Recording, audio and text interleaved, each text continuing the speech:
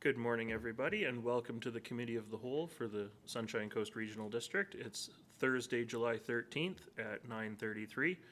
I'd like to call this meeting to order and acknowledge that the Sunshine Coast Regional District is located on the territories of the Sechelt and Squamish Nations.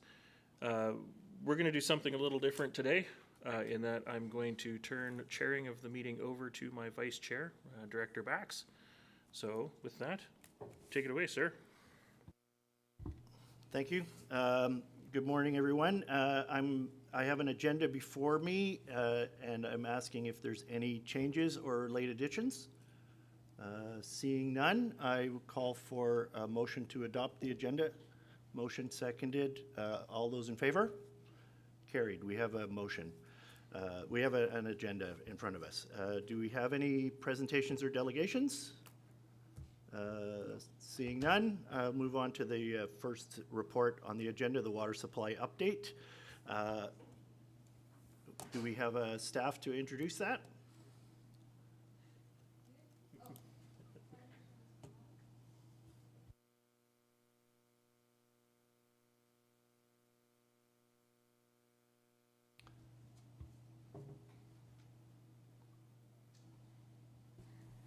Hello,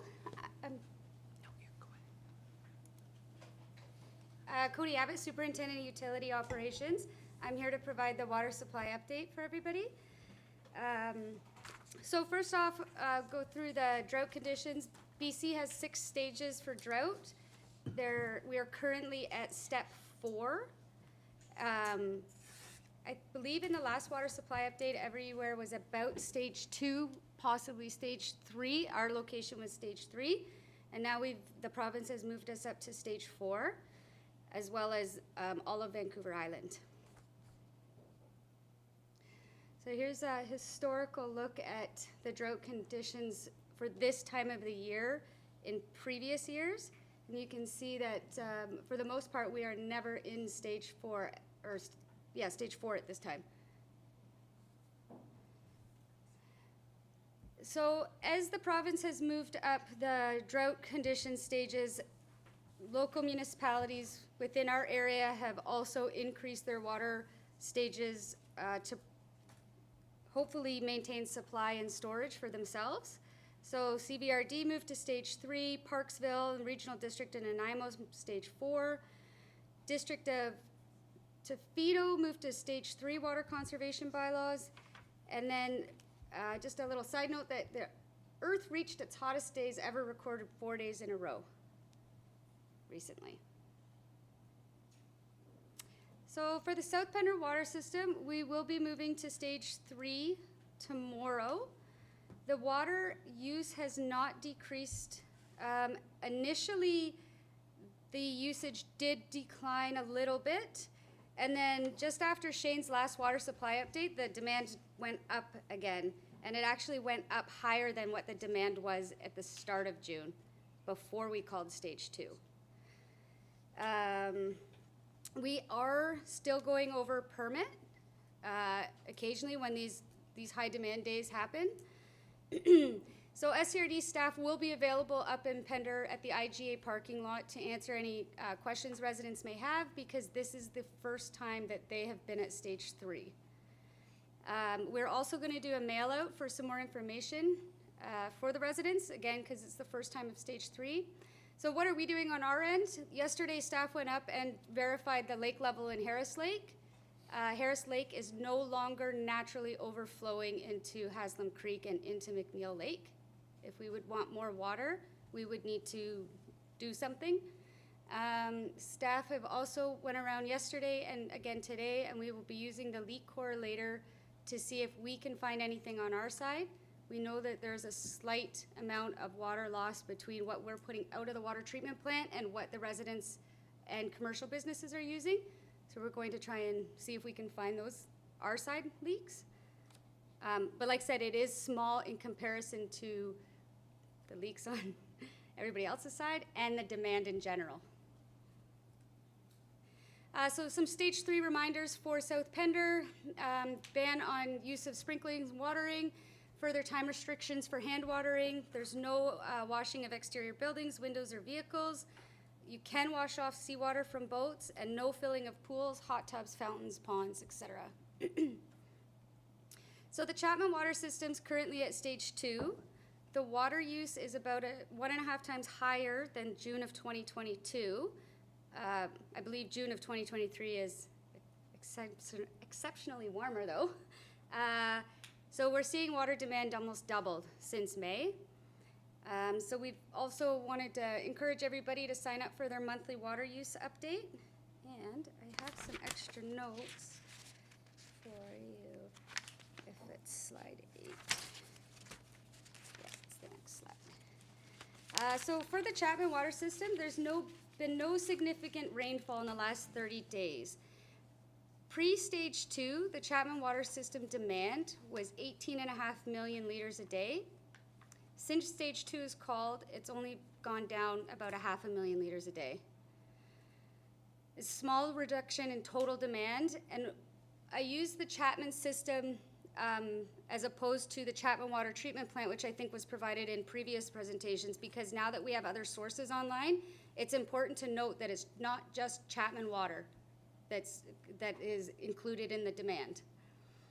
So the snowpack is currently gone, and we are losing about 2 to 4 centimeters of the lake every day. So now is the time to conserve water. I also wanted to note that since Shane's water supply update, the creek, Shane let you guys know that the creek was about 1,500 cubic meters of flow, or liters per second of flow in the creek. 1,500 liters per second flow in the creek. Shortly thereafter, his water supply update, it dropped down to 1,100. And in the last 14 days between then and now, it's dropped down by just 150 for watershed contributions. We are supplying everything else to the treatment plant and to the watershed already. So we're releasing more than we're taking already because the watershed is completely diminishing. We were losing 100 liters a second per day, and we're down to losing about 75 to 80 liters a second per hour per day, sorry. No, 80 liters a second per day, sorry. So the lakes are no longer overflowing. As I said, Chapman Lake is dropping about 2 to 4 centimeters a day, so we're currently at minus 14 centimeters in the lake. Chaster Well is contributing the 8 million liters per day, and Great Creek we got online yesterday with approval from VCH to push the water into Seashell. It's doing about 2.6 million liters a day, or 30 liters a second. Today we are going to bump that up to 40 liters a second, just under 40 to remain within our permit. Good news, Church Road went online on Tuesday. It was contributing 2 million liters a day Tuesday and Wednesday. And then last night we increased the flow, so that was about 20 liters a second. I work in 20 liters a second, so that's easier for me. Last night we bumped it up to 37 liters a second. And with that, the mitigation valve did open, so we are supplying water to Soames Creek as well now. We did start the monitoring for Soames Creek with ISL on Tuesday as well. So water conservation communications, there were 3 shutoff notices sent to users with ongoing unresolved leaks. The new webpage created to show Chapman Lake levels. This is a one-stop shop for all your water supply updates. And I believe it'll be updated daily? Yeah. And then the SCRD, Scredo, and Sunshine Coast Tourism met with businesses to discuss drought and water regulations recently. The Chapman and Edwards siphons. So the SCRD did receive approval to extend the use of the siphons until 2025. They will, I believe everybody knows, but the siphons will provide water to the creek for EFN and a little bit for demand, depending on how many siphons are online and if we're using siphons from both lakes. And currently the siphons can only be used in stage 4. This slide, there's a board meeting later where this will be presented in more detail, but the SCRD board directed staff to explore new potential groundwater sources to supplement the Chapman system. The project includes a desktop review, identification of 3 locations of drilling up to 3 wells. The plan is to concentrate new test wells west of West Seashell, where we currently have not explored for groundwater. Exact test well locations are not quite known yet. The sites chosen will be evaluated on factors like water quality, quantity, treatment requirements, proximity to existing infrastructure, costing, and environmental implications of using the water. The results of Phase 5 will be presented to the board. Is that this afternoon? Yeah. I'd be happy to answer any questions. Before we begin questions, I'd like to thank Superintendent Abbott for this report. It's very good, and I'd like someone to put forward a motion to accept all reports on the agenda. Very good. We have a seconder, and all in favor? Very good. All the reports are accepted. And now we're looking for questions.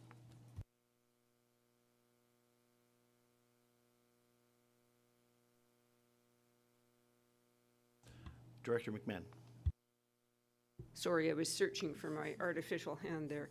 I'm really glad to hear that we are looking for water in the west of Sechelt. Since the new directors here have not been through the groundwater exploration process before, could you just outline to us what happens? Like they do desktop and then they go and they do test drilling, and how long does this all take? When will we know the results of test drilling?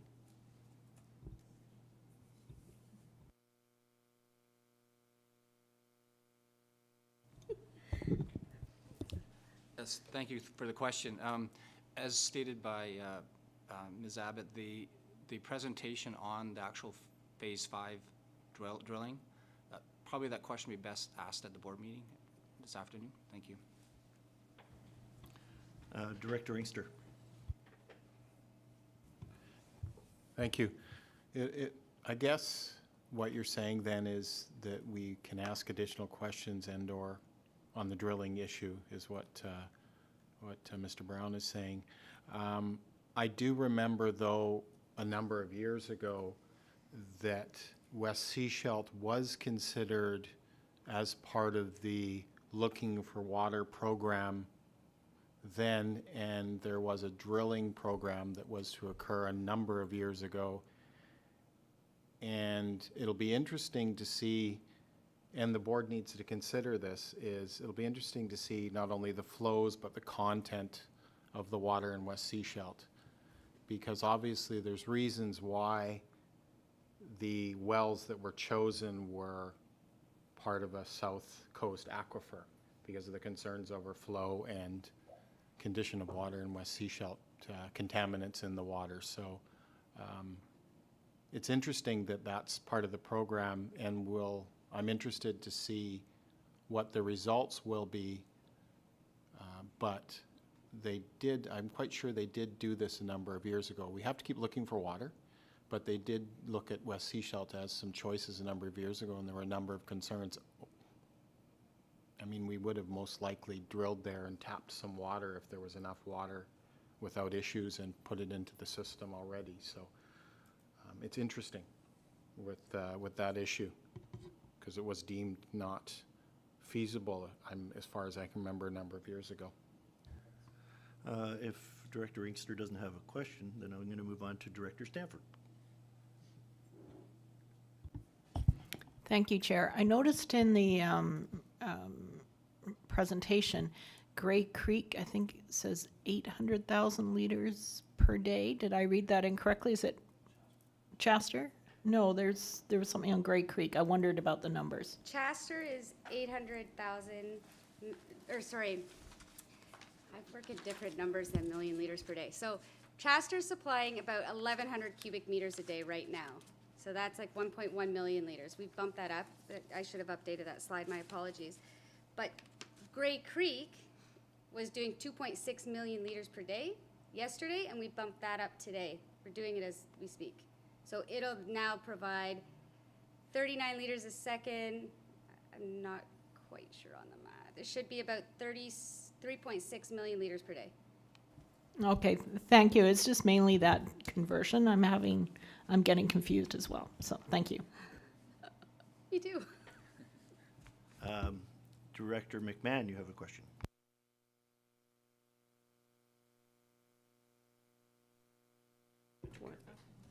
Okay. So Yes, I too am in the world of the confused. And could you give me an approximate percentage of water we are getting now from sources other than Chapman Creek? So in the Chapman system, how much of our water is coming from Church and Gray and the well up the street from me?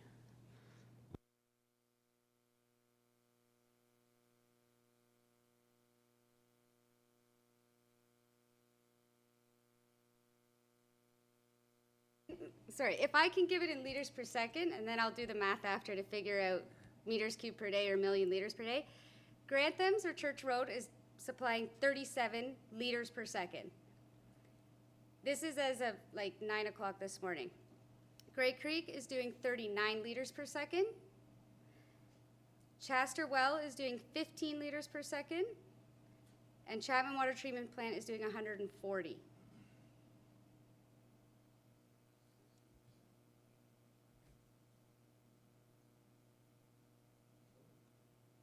Okay, thank you. I don't see any other questions. I'm going to thank Acting GM Brown and Superintendent Abbott for this report, and it's a lot to chew on. I guess we're going to be seeing it again this afternoon. Is that correct? Part of it. Part of it. And so I'd like to move on to the next item on the agenda, which is the Dream Valley Estates Water Supply, Water System Feasibility Service Area. That would be Annex A on page 3 of the agenda. And we have staff to introduce this.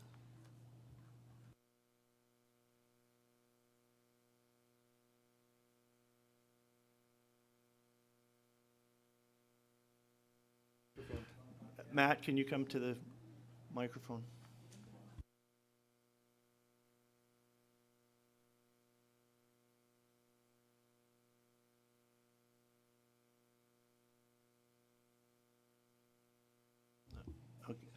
Assistant Manager O'Rourke, do you have some introduction to this for us?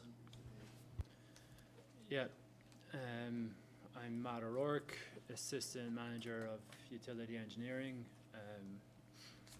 Just working directly with Dream Valley on this process. So at the end of last year, Dream Valley approached us. The Dream Valley Strata approached us looking to take ownership of their water system, which is currently owned by Clearwater Utilities. Since then, I think on March 9th, 2023, a report went to the Committee of the Whole, providing background to their situation, which ultimately is they have high arsenic and currently the drinking water. The water was undrinkable.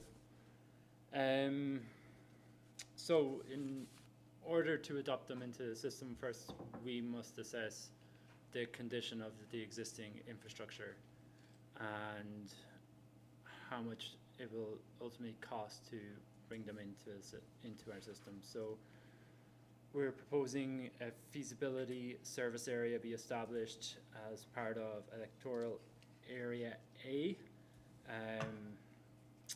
to cover the condition assessment and all processing required to assess the feasibility of taking on this servicing area. We estimated approximately 30,000, and we're looking for a budget of up to 30,000 to be approved and included in electoral area A feasibility.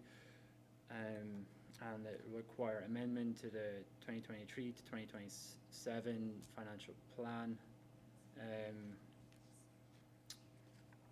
As part of that 30,000, it will include the engineering condition assessment and feasibility analysis to take on the system, which will be undertaken by a third-party consultant engineer.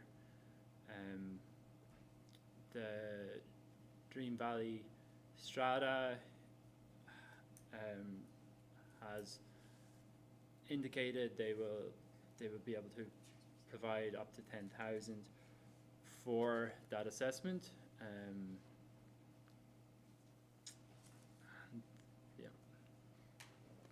where it stands.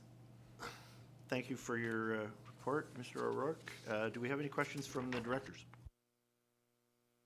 Director Lee, or sorry, Director McMahon. Right, thanks. Given that the report shows that 100% of the cost for the work will be funded by the existing water system, this seems very straightforward, but I'm just wondering, we've got now two possible water systems that we are looking at taking on at the SCRD, and I'm not really clear on how that process works and what are the implications for adding new users to the service and who has to vote and all those kind of things. So I'm wondering if sometime in the next few months, maybe staff could bring us a report on how the acquisition or absorption of new water systems into existing services works, so that we're well prepared ahead of any decisions.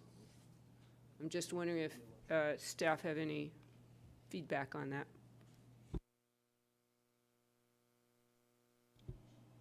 Yeah, I can comment to some of that. Sherry, or do you want to? Yeah. So basically, for a proposed service area, we have to create a feasibility service area in the electoral area closest to it. And with that, if we then decide to take it on, we have to we have to go through a servicing area agreement, which needs to be established prior to, and then it will be given to the ministry to review. I don't know, Sherry, if you've got more to add.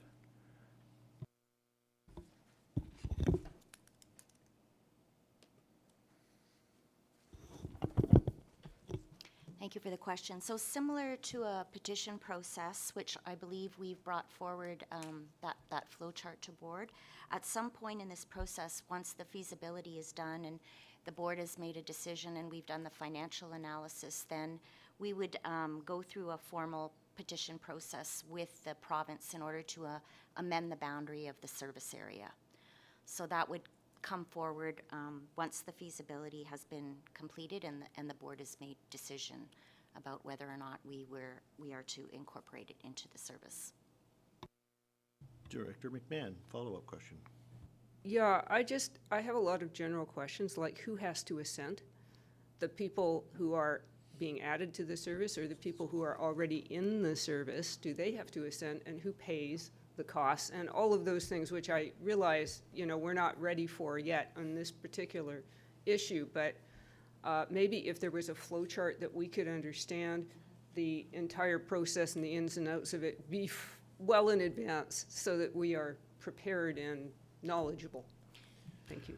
I see that CFL Perot put her hand up, but she's gone right now. I was wondering if this might be a lunch and learn as your, or would you prefer to make a motion? All right. CFO Perot was here for a moment. She disappeared. Go ahead, Dean. Go ahead, corporate officer or CAO. Yes, thank you. It could either come back in the form of a staff report, or potentially we could schedule a lunch and learn to just talk about how it works in general. If what you're interested in is just more general information about how the whole process works, we could probably do that in a lunch and learn. But if it was more detailed than that, it might be more appropriate for a staff report in a public meeting. Either way, I would like some documentation that I can refer to as we go forward in this process, so I can be clearly informed about the implications of our decision, because there could be some significant financial implications, particularly with Hopkins. So either way is fine, whichever works best for staff. Director Toth? Thank you, Chair. I just wanted to chime in that I think a lunch and learn would probably be the best first step. And if we decide we needed more than that, then we could ask for a staff report. I'm hesitant to ask staff to generate something for the sake of generating something, so. And speaking of decisions, unless there's any more questions, Director Lee, there you go. Thank you, Chair. I'd like to make a motion to accept the recommendations as presented on page 3, please.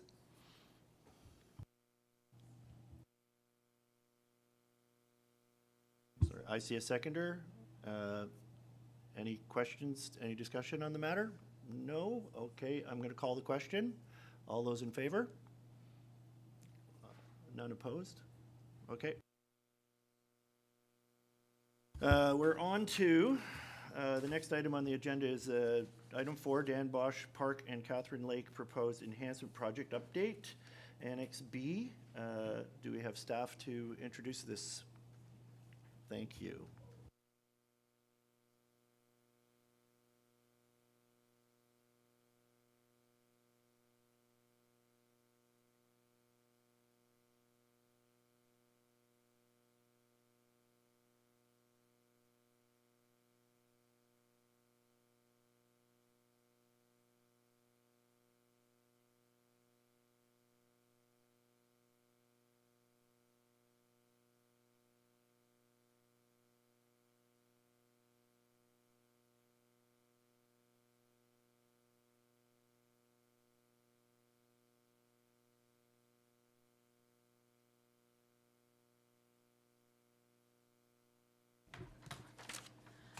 Good morning. This staff report is related to a recommendation from the April 20th Electoral Area Services Committee meeting, directing staff to bring forward a report outlining next steps and budgetary requirements to advance the Dan Bosch and Catherine Lake Park proposed enhancement projects. Staff have further examined each park's unique set of considerations, external land management agency requirements, necessary technical studies, authorizations, as well as budgetary options available to advance the two projects. As there are numerous external requirements and limited options for funding the projects, staff recommend bringing forward a proposal for park management plans for the two parks for 2024 budgetary deliberations, which, if approved, would serve to advance the next phases of project planning and design. And thank you, and I'm happy to answer any questions you may have. Thank you, Ms. Huntington. Any questions from staff or from the board? Director McMahon. Yes, thank you. Wow, I was impressed with all of the complications involved in the park management plan. Yes, and it, as we need a number of park management plans, this is a little daunting. So we haven't had a real serious review of all of our parks since 2004, I think was the last time. And so I assume that staff are kind of looking into the future. Is there a strategy going forward for how we're going to tackle these? Go ahead.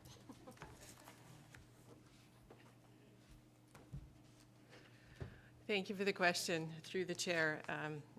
Yes, and as part of our 2024 budget proposals, you will see some more longer range thinking. You're right, the last time we had a thorough review of our parks was in our, a long time ago in our parks master plan, and then again in 2014 with our park and recreation master plan. But we haven't done park management plans for many, many years. So part of the thinking around all of these parks that may need management plans is to look at maybe a phased-in 10-year approach where we prioritize and we look at a different park every year. So we are deliberating that as part of our 2024 service priorities and budget proposals. Thank you. Is it a follow-up? A follow-up question to Director McMahon. Should we be putting money in our Parks Reserve Fund in anticipation of this? We've been building up other reserve funds, but not parks. Thank you. Thank you for the question. That's excellent. We were just actually discussing whether that sort of fund should be created through reserve or whether it's a multi-year sort of funded project.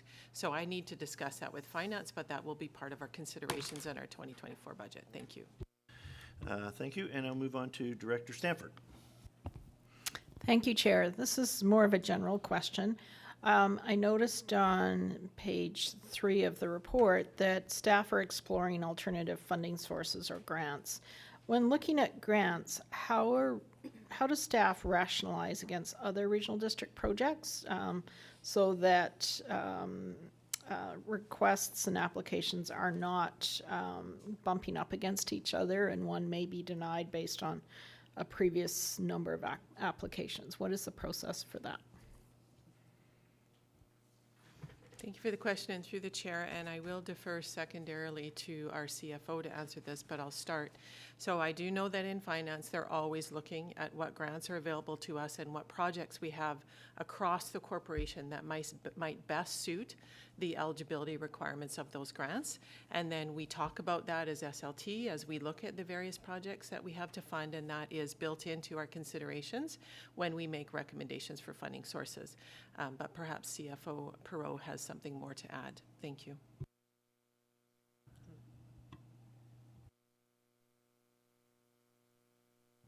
Go ahead, CFO Perot. Yeah, I don't have anything to add it. Well, that was short. Thank you very much. Any other questions? I don't see any. I'm looking for a motion. Director Lee. Thank you, Chair. I'd like to make a motion to accept the recommendations as presented on page 6 of our agenda. This is voting areas A, B, D, E, and F. Do I have a second? I have a second. So all in favor? Motion carries. Okay, so now we're on to number 5 on the agenda, food waste processing contract updates. That'll be voting B, D, E, and F. It's Annex C, page 11. Do we have a staff member to introduce this? Yes, thank you. Manager Soul. Thank you, Manager Sol.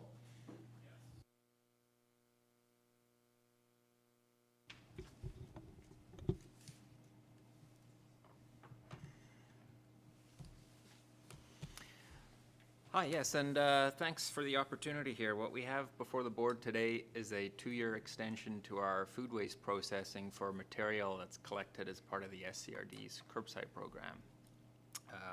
The increases are in line with previous years, which has been a rarity this year with solid waste contracts. So I'm pleased to present this for consideration and happy to take any questions. Sorry, Director McMahon? Sure. So we are now instituting a ban on commercial food waste from businesses. Is this included in is that volume included in this contract, or is it a separate stream? Thank you. Thank you for the question, and through the chair. So no, it's not. It's purely just for the curbside materials that are picked up from residential properties in the SCRD.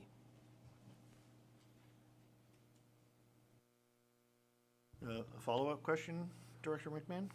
No, actually, I thought I'd make a motion. Oh, very good. Go ahead. So I would like to move the recommendations on page 11. Do I have a seconder? Seconder, I have. Any other questions? All right, I call the vote. All in favor? That motion passes. We're going to move on next to the request for the RFP Gibsons and Area Community Center Youth Services Contract Award. This is voting all directors. Annex D, Manager Dawn will present for us. It's on page 14.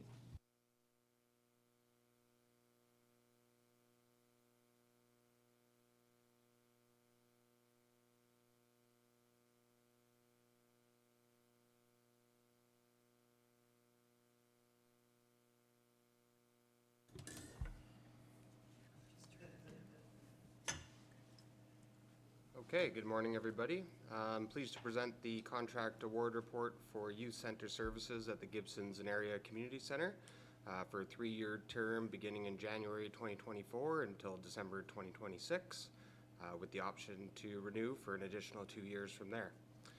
So this service provides a safe drop-in space for youth ages 12 to 18 for 20 hours a week after school, including youth-led programming such as arts and culture, sports, exploration, creativity, and social opportunities for those youth at no charge to the participants. Thank you, and I'd be happy to answer any questions the board may have.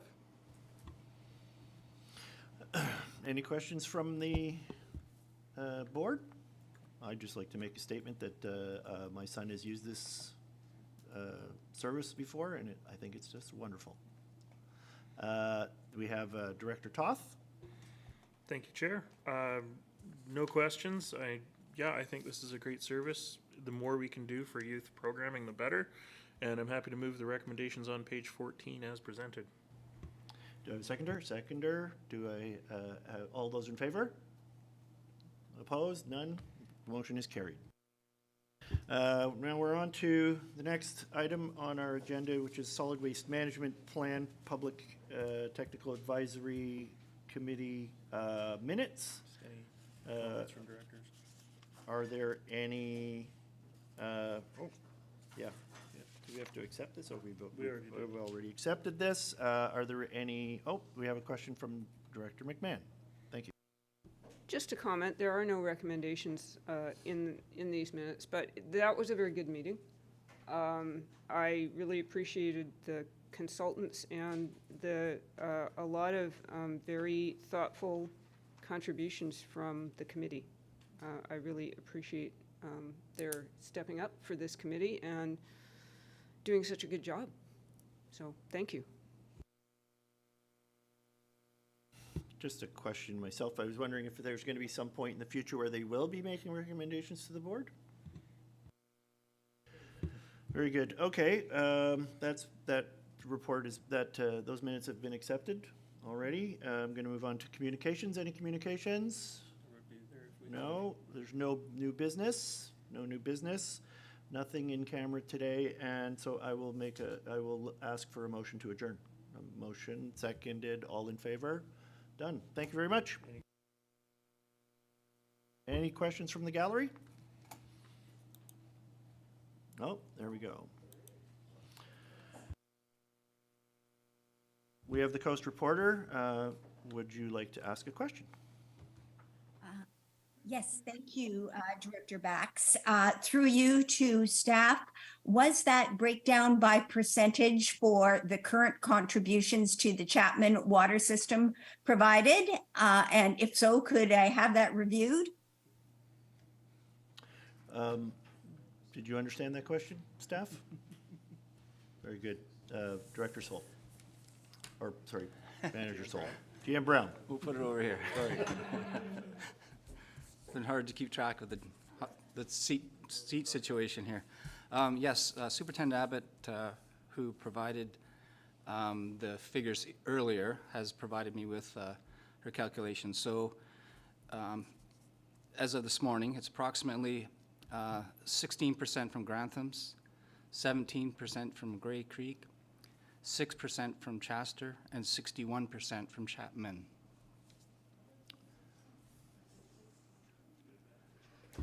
Thank you very much. That answers your question?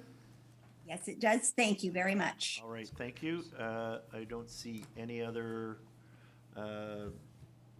questions from the gallery, and I will call this meeting adjourned. Or I've already called it adjourned. Thank you.